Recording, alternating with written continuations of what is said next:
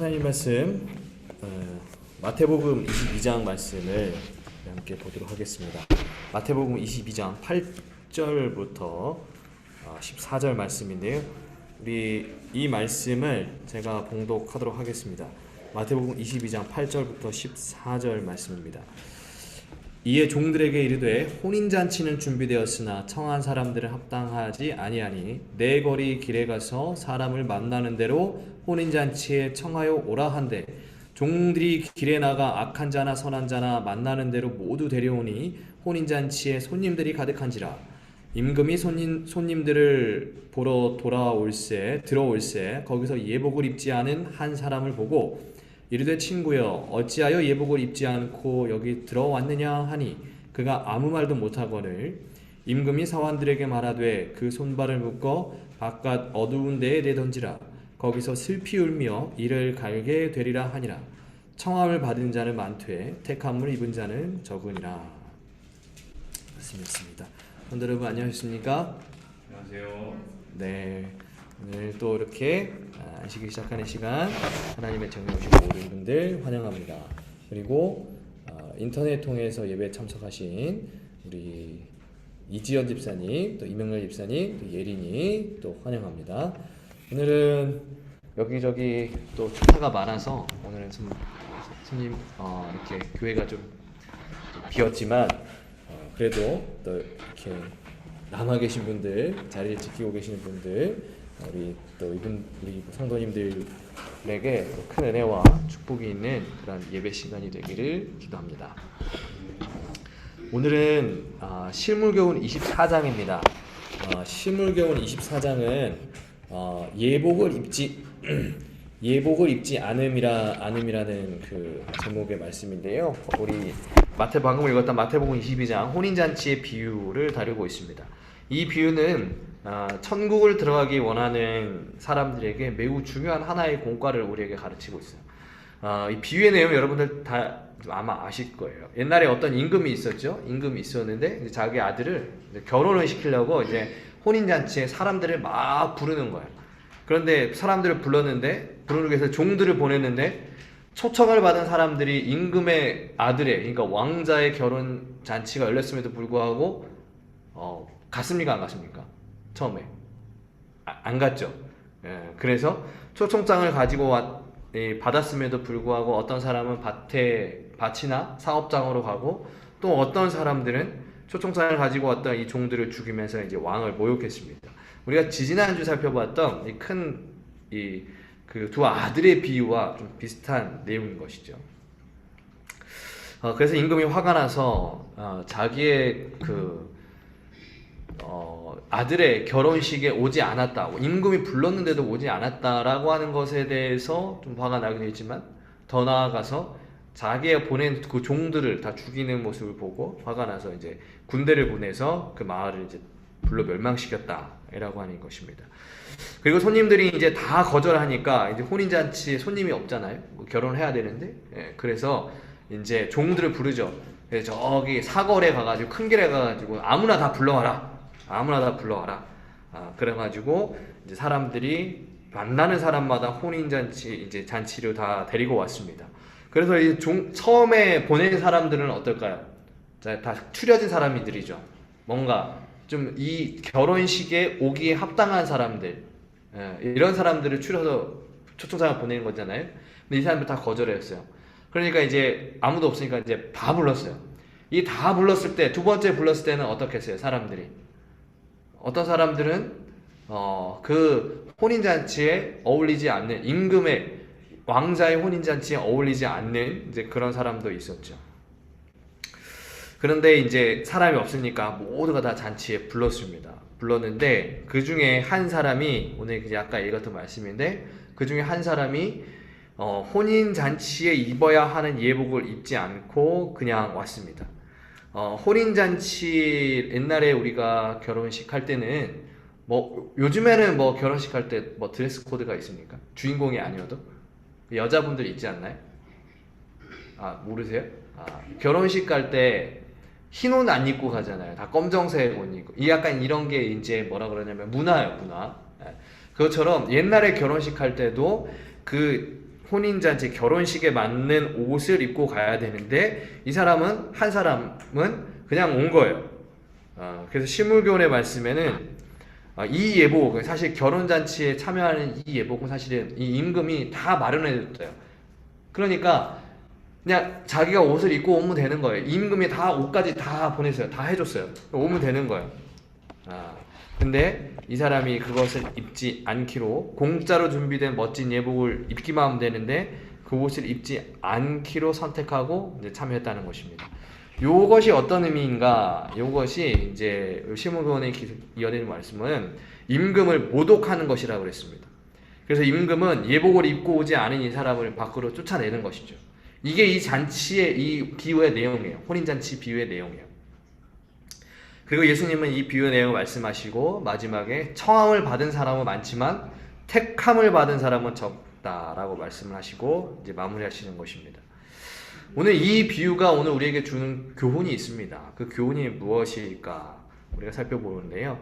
먼저 앞서 말씀드렸던 것처럼 이 비유는 예수님께서 천국에 가기 원하는 사람들이 갖춰야 할 하나의 준비가 있음을 이제 이야기를 하는 것입니다. 이 혼인잔치의 비유는 곧 천국에 관한 비유예요. 여러분 천국 가고 싶으세요? 지수 가고 싶어요? 다 천국에 가고 싶을 거예요. 천국에 가고 싶은데 이 천국에 가기 위해서는 우리가 갖춰야 할 준비가 필요하다는 거예요. 이 비유의 내용 보면은 혼인잔치에 참석하기 위해서 갖춰야 할 것이 무엇이었습니까? 이 참여했던 사람이 뭘 입지 않아서 쫓겨났어요. 예복이요. 옷을 제대로 입지 않아가지고 쫓겨났다는 거예요. 많은 사람들이 임금의 초청을 거절하여 혼인잔치에 참석하지 않았기도 했지만 참석하고 싶어도 임금이 마련해준 그 예복을 입지 않았기 때문에 그 잔치에 참석할 수 없었다는 거예요. 그렇다면 이 예복이 의미하는 게 무엇인가? 이게 단순히 오늘날 우리가 영적으로 바라봤을 때 이 혼인잔치는 하늘을 의미합니다. 하늘에서 열리는 혼인잔치. 그러면 이 예복은 무엇인가? 그 잔치에 참여할 수 없었던 예복. 오늘 신문교훈이 이렇게 얘기해요. 비유 가운데 예복은 그리스도의 참된 제자들이 갖추어야 할 순결하고 흠이 없는 품성을 표상한다. 자, 여기 뭐라 그랬어요? 예복은 뭐라고요? 품성. 품성이라고 말하고 있습니다. 그래, 우리가 하늘에 가기 위해서 오늘 말씀의 결과는 하늘에 가기 위해서 우리가 갖추어야 할, 준비되어야 할 것이 있는데 그게 뭐라는 거예요? 품성이라는 거예요.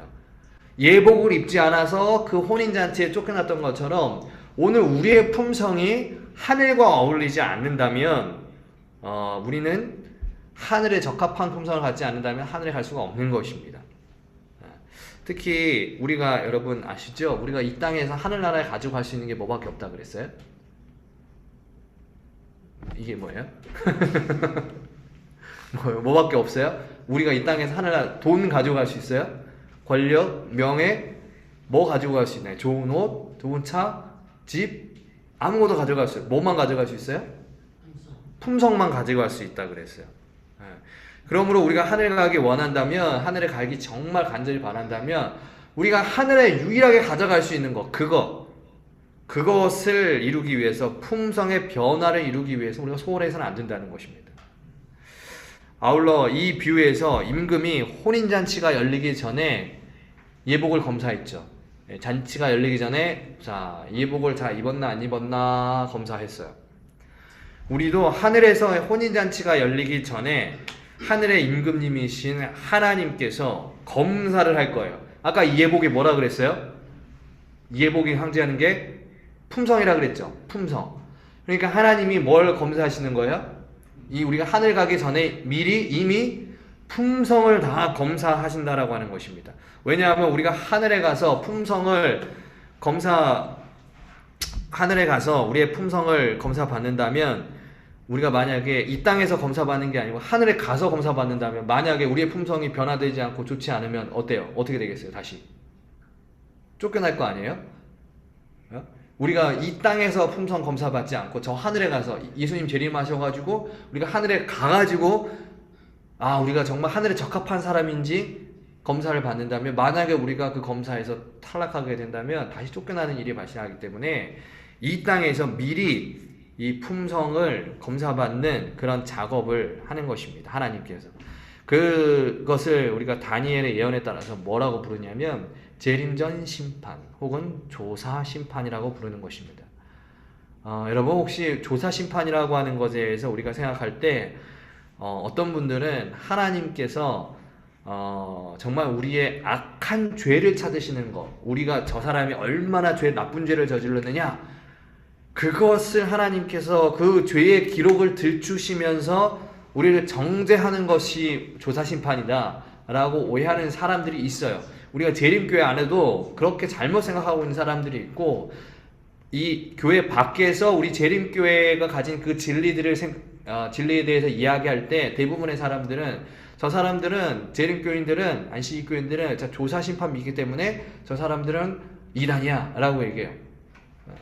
조사심판, 하나님께서 우리의 죄들을 다 찾으셔가지고 저 사람들이 뭐 잘못했는지 다 정죄하시는 것이 조사심판이라고 생각하면서 우리 교회를 이단이다, 3단이다 막 이렇게 얘기를 하는 것입니다. 그런데 이것은 잘못 생각인 것입니다. 참된 조사심판의 진리는, 조사심판이 무엇이냐면 하나님께서 우리의 죄의 기록을 들추시는 것이 아니고 우리의 회개의 기록과 이 사람이 회개했는지, 그리고 또한 우리가 그 회개로 말미암아 품성의 변화를 경험했는지, 품성이 점점점 자라나고 있는지의 모습을, 그러한 기록을 찾는 거예요. 우리가 회개하고 품성이 변화되었는지 확인함으로써 야, 저 사람은, 아무개는 하늘에 적합한 사람이다, 이걸 찾으시는 거예요. 하늘에 적합한 사람을 찾는 거지 죄를 들추시는 것이 아닙니다. 근데 여기서 한 가지 이제 궁금한 것은, 하나님의 이제 특징 중에 여러분, 하나님의 특징 중에 하나 전지라고 하는 게 있잖아요. 전지가 뭡니까? 전지 다 아시는 거예요. 그러면은 하나님께서 저 사람이 회개했는지, 우리가 품성이 변화되고 있는지, 변화되었는지 안 되었는지, 품성이 어떤지 다 아실까요? 모르실까요? 다 아실까요? 모르실까요? 다 아시잖아요. 그럼 뭐 굳이 찾을 필요가 있어요? 조사하실 필요가 있어요? 다 아시는데? 그럼 이렇게 예언해 보면은, 다니엘 예언 보면은 1844년 이후로, 그 시간 이후로 하나님께서 지성소에서 이 조사 심판, 그러니까 우리의 아까 말씀드렸던 품성의 변화의 기록과 회개의 기록을 찾으신다 그랬어요. 그러면 1844년 이후로 지금까지 170년 지났잖아요. 170년 정도 지나니, 뭐 조금 보태가지고 한 200년 정도 지났는데, 하나님께서 이게 아시려 그러면 단 한 번에 아실 수 있잖아요. 그 200년이라고 하는 시간, 150년, 100에서 200년이라고 하는 시간을 하나님께서 그것을 쓰실 필요가 없어요. 아시려면 한 번에 아실 수 있기 때문에. 근데 하나님은 왜 이렇게 오랫동안 찾으시는가? 왜 이렇게 오랫동안 그 하늘에 적합한 사람을 찾고 계시는가? 지금 당장 하나님 다 아시는데, 누가 회개했는지, 누가 품성 변화됐는지 다 아시는데. 그 이유는 이 조사 심판이라고 하는 시간은 하나님께서 하늘에 적합한 사람을 찾으시는 시간임과 동시에 하나님께서 기다리는 시간이기 때문에 그래요. 앞서 이야기한 것처럼 하나님은 모든 것을 다 아시기에 한 번에 다 찾으실 수 있지만, 그러나 그렇게 하지 않으시는 것은 이 찾음이라고 하는 시간을 우리에게 벌어주시는 거예요. 하나님께서 내가 찾을게, 그러면서 우리에게 시간을 벌어주는 거예요. 어떤 시간이요? 우리가 뭐 할 수 있는 시간이요? 회개하고 변화될 수 있는 시간, 우리의 품성이 변화될 수 있는 시간을 벌어주시는 거예요. 그러니까 하나님께서는 지금 뭐 하는 시간이냐면, 하나님께서 찾는 시간, 더 나아가서 하나님께서 기다리는 시간인 거예요. 기다리는 시간. 우리가 변화되기를, 하루빨리 더 많은 사람이 변화되기를 기다리는 시간이에요. 그래서 이 조사심판이라고 하는 이 시간, 하늘에서 우리의 그 회개 기록을 조사하는 그 조사심판의 시간을 예언의 다른 말로는 뭐라고 부르냐면, 그 동일한 시간은 은혜의 시기라고 부르는 것입니다. 우리가 변화될 수 있는 그 은혜의 시기, 하나님께서 우리가 변화되기를 바라면서 은혜를 주는 시간을 은혜의 시기라고 하는 것입니다. 근데 이 은혜의 시기에 관해서 선지자가 이렇게 얘기를 했어요. 우리를 위한 은혜의 시기는 빨리 끝나려 하고 있다. 끝은 가깝다. 우리에게 다음과 같은 경고가 주어졌다. 너희는 스스로 조심하라. 그렇지 않으면 방탕함과 술취함과 생활의 염려로 마음이 둔하여지고 뜻밖의 그날이 덫과 같이 너희에게 임하리라. 그날에 그대가 준비되지 못한 사람이 되지 않도록 조심하라. 임금의 잔치에서 예복을 입지 않은 자가 되지 않도록 조심하라. 자, 오늘 선지자가 우리에게 아주 분명하고 명확하게 얘기하고 있어요. 우리를 위한 은혜의 시기가 어떻게 되려 하고 있대요? 빨리 어떻대요? 빨리 끝나려 하고 있대요. 이 끝이 가깝다라고 하는 것입니다. 여러분, 이것이 진리이고 여러분, 이것이 사실인 것입니다. 우리가 변화될 수 있는 기회, 하나님께서 우리에게 변화되도록 계속 기회를 주시고 시간을 주시는데 그 시간들이, 그 기회들이 점점점 줄어들고 있다는 거예요. 끝이 가깝다는 거예요. 그러므로 영감의 말씀처럼 우리가 그 날에, 예수님 오시는 날에 준비가 되지 못한 사람이 되지 않도록 우리 조심해야 합니다. 임금의 잔치에서 예복을 입지 않은 자가 되지 않도록 우리는 조심해야 하면서 경성할 필요가 있는 것입니다. 그리고 이제 우리가 하늘에 가기 위해서 준비해야 할 것이 품성이라면, 우리가 하늘에 가기 위해서 품성을 준비해야 한다면, 그렇다면 오늘 우리는 어떻게 이 품성 변화의 결실을 맺을 수 있을까? 품성 변화 여러분 쉬워요? 어려워요? 어렵잖아요. 그죠? 참 우리가 짧게는, 여기 계신 분 중에 짧게는 17살, 18살부터 우리 장로님 70년 이상 이렇게 오랫동안 신앙하시면서 하셨는데 이게 품성 변화가 정말 쉽지가 않습니다. 참 어려워요. 그렇다면 오늘 우리는 어떻게 이 품성을 변화할 수 있을까? 품성 변화. 사실 오늘 이야기가 우리에게 약간 혼란을 주는 한 가지가 있어요. 그것은 뭐냐면, 우리가 흔히 생각할 때 우리가 하늘에 가기 위해서 유일하게 준비해야 되는 것은 사실 우리는 예수님이면 우리가 다 되는 것처럼 배웠어요. 그렇죠? 우리가 하늘 가기 위해서 갖춰야 유일한 자격은 예수님께서 다 이루어 주신 것처럼 우리는 배웠어요. 그래서 그동안 우리는 하늘에 가기 위한 그 자격을 온전히 예수님만 주실 수 있다고 이제 배웠는데, 그런데 오늘의 비유와 말씀에는 예수님이 아닌 또 다른 품성을 이야기하는 것입니다. 이것이 우리에게 혼란이 될 수가 있어요. 우리는 예수님만 믿고 예수님만 따르면, 예수님만 내 개인의 구주로 모시면 우리가 하늘나라 갈 수 있다고 배웠는데, 오늘 여기 지금 이야기하는 것은 비유와 말씀과 증거의 말씀에는 품성을 얘기하는 거야. 하늘에 가기 위해서 우리가 예수님 말고 그럼 우리의 품성을 어떻게, 품성을 변화하는, 예수님이 아닌 다른 어떤 것이 더 필요한가? 마치 하늘 가는 것을 좌지우지하는 것이 품성인 것처럼 오늘의 비유에서는 말씀을 하고 있어요. 이거 어떻게 된 것인가? 이 문제의 답을 우리가 영감의 글에서 찾아보면 이렇게 얘기했어요.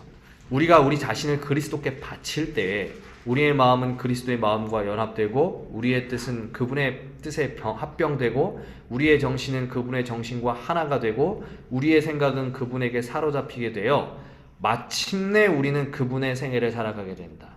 이것이 바로 그분의 의의 옷을 입는다는 의미이다 그랬어요. 자, 오늘 여기 보니까 우리가 그분의 생애를 살아가게 되는 거예요. 예수님의 생애, 그러니까 품성, 온전한 품성, 우리의 품성이 변화되어 가지고 예수님처럼 살아가게 되는 것은 어떻게 할 때 가능한 거예요? 처음 보니까 우리가 우리 자신을 그리스도께 뭐 할 때요? 바칠 때요. 온전히 바칠 때, 우리가 예수님을 나의 주님의 개인의 구주로 영접하고 예수님을 나의 주인이시여 주님으로 인정하면서 나를 하나님께, 예수님께 드릴 수 있을 때 우리의 마음과 정신과 생각이 예수님하고 뭐 어떻게 되는 거예요? 합쳐지는 거예요. 동일하게 되는 거예요.